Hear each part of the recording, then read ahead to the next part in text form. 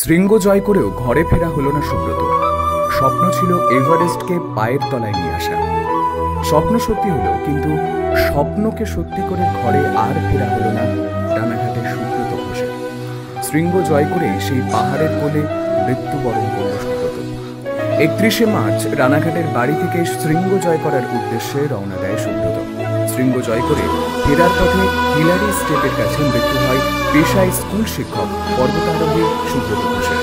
শুক্রবার সকালে সুব্রতর রানাঘাটের বাড়িতে আসে এই মর্মান্তিক খবর। বাড়ির লোক বিশ্বাসই করতে পারছেন না যে সুব্রত আর নেই। এর মধ্যে কেউ কেউ আবার চক্রান্তের গন্ধ পাচ্ছেন, কেউ আবার বলছেন কিছু একটা মিরাকেল করতেই পারে।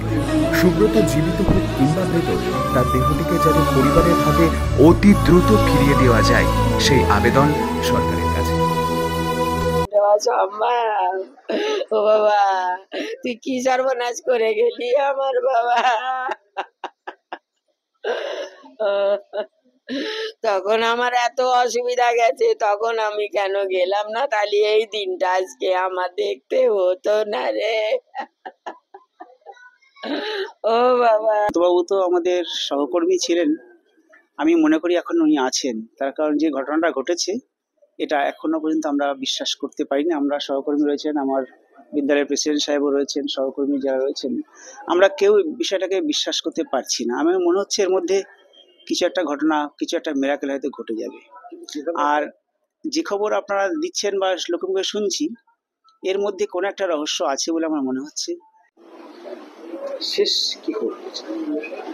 শেষ খবর বলতে আমরা তো লাস্ট 14 তারিখে উনি সাবমিট করতে গিয়েছিলেন। তো সাবমিট করতে যাওয়ার পর কালকে 15 তারিখ আমরা দুপুরবেলা জানতে পারি যে সে সাবমিট করেছে 2:30 নাগাদ। তারপর ঠিক 5টা সাড়ে 5টা নাগাদ জানতে পারি যে সাবমিট করে ফেরার পথে সে অসুস্থ হয়ে যাচ্ছে। তখন আমরা আমাদের যে এজেন্সির মারফত গেছে সেই এজেন্সির সাথে যোগাযোগ করি।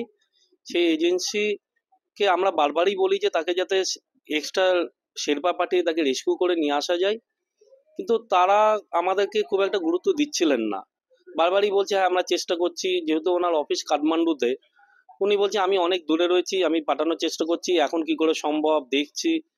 কিন্তু ওনারা আমাদের কোনোভাবেই কোনো সহযোগিতা করেননি।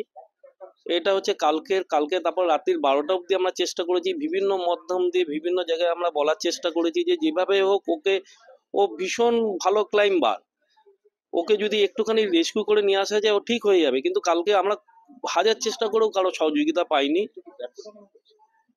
এটা ব্যর্থতা কার বলবো?